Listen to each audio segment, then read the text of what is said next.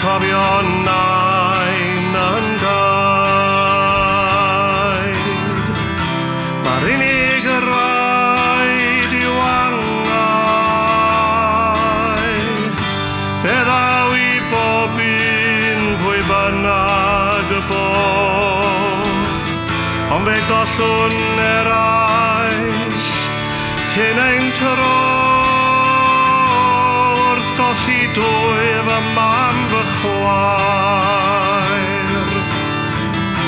A myd ar ben i weired,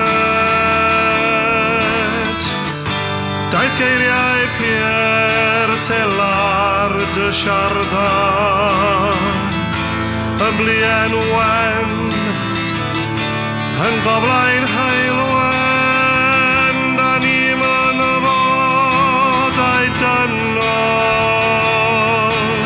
yn cael y brofiad a'i sbrydol. Bod a'i sbrydol ran i gyd, a mam brofiadau dynol.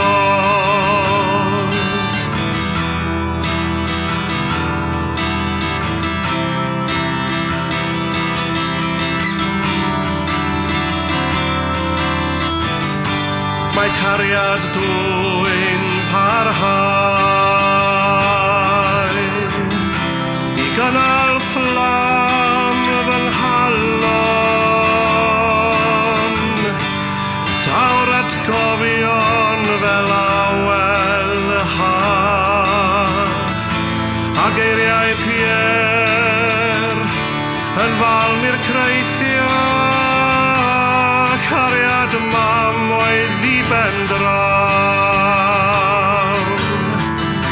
a chariad chwaer oedd ber gyfalaw. Gaiaf ail eto neu dwyl ondyn, gweld cafnedd Pierre sy'n dweud fel hyn, da ni'n yn fod a'i dynol, yn cael profiad a'i sbrydol. Bod a'i sbrydol da ni gyd, y mam brofiadau dynol. Da ni'n yn fod a'i dynol, yn cael profiad a'i sbrydol. Bod a'i sbrydol da ni gyd, y mam brofiadau dynol. Y mam brofiadau dynol. Y mam